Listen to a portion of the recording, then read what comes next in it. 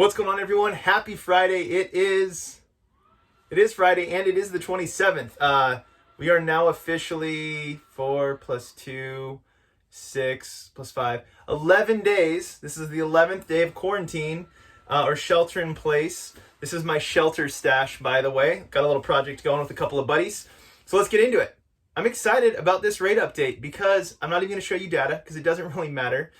Long story short, the Fed is pumping money into the economy, basically not willing to lose to the virus, which is incredible. I think the efforts made by the Federal Reserve and by the government right now with the stimulus package is incredible. Now remember, the Federal Reserve is making investments. That is not debt. They're making investments into mortgage-backed securities, into treasuries, not debt.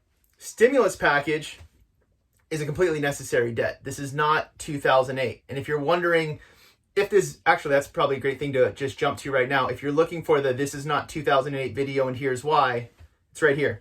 So watch that one next. So, rate update. With the Fed stabilizing the market, if you remember all the volatility we had last week, we don't have that volatility anymore. We are still seeing 100 basis point swings in a day. But what's crazy is that now feels normal. So like for a lot of you, working from home, doing things, over the last 11 days, you've gotten used to it. You kind of adjusted. Well, we've adjusted to seeing 100 basis point swings in a day, but it's not 300 basis points. And it's swings that are relatively equal. So it's a good sign. Now, why don't the charts matter? Sean, why aren't you showing us the red and green candlesticks today? The reason I'm not showing to you is because they don't matter, because based on where they are in the charts, you would think rates are better than what they actually are. Now, rates have improved. They have stabilized. If you were looking into refinancing last week and it didn't work out the way you wanted, let's look again. It might be worth it now. But they've stabilized, but they're not what they were. And why not? There's a lot of different factors at play. With the unemployment going up, the concerns are, well, what if people have to stop paying their mortgages? What if things change?